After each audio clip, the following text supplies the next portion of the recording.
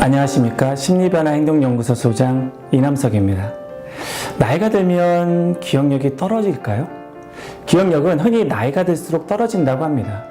그런데 텔레비전에 나오는 어떤 식당 주인, 이렇게 달인 이런 거 보시면 그 자리에서 몇백 명이 주문한 메뉴도 그대로 외우시고요. 심지어 자기 단골 혹은 처음 두 번째 정도 방문하셨던 분이 어느 자리에 앉아서 무엇을 먹어 드셨는지 그런 것까지도 외우시는 분도 있습니다. 어떤 나이든 변호사는 지금도 법전을 통째로 외우고 있다라고도 하시고요. 그렇다면 나이가 든다고 해서 기억력이 떨어진다고 할 수는 없지 않을까요? 심리학에서는 기억을 여러 종류로 분류해서 생각합니다. 즉, 기억은 하나가 아닙니다. 이것을 중다기억 이론이라고 합니다.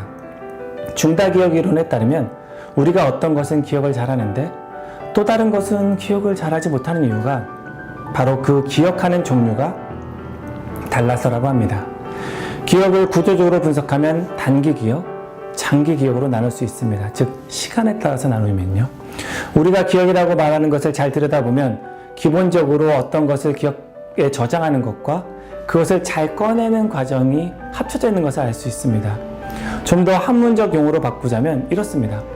외부에 있는 어떤 자극을 내가 갖고 있는 감각기관을 통해서 내 뇌 안에 바로 새겨 넣었다가 잠시 뒤에 그 자극이 없어져도 다시 꺼내는 그 능력, 그게 바로 기억입니다. 즉, 저장해서 인출하는 것, 그것이 바로 기억입니다. 그런데 지금까지 이야기를 잘 한번 살펴보십시오. 기억 과정이 세 단계로 나눌 수 있음을 확인하실 수 있습니다.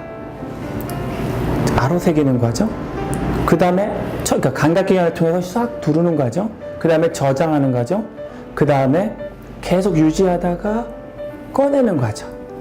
그런데 이 세 단계 중 어느 하나라도 잘못되면 어떻게 될까요? 처음에 잘 인식하지 못하고 잘 저장하지 못하고 잘 꺼내지 못하면 그 중에 하나라도 잘못되면 정확하게 기억해낼 수 없게 됩니다. 흔히 건망증이 심하면 치매를 걱정하십니다. 하지만 치매는 단순히 무언가를 자주 까먹는 것 이상으로 다른 정상적인 활동이 되지 않을 때나 할 수 있는 말입니다. 가장 흔한 치매 중 하나인 알츠하이머 병의 경우에는 마음에 아로새겨 저장되는 과정 자체, 그 과정에 해당되는 뇌의 해마가 손상되거나 망가진 겁니다. 그래서 최근에 있었던 일을 기억하지 못하는 특징을 보이게 되는 겁니다.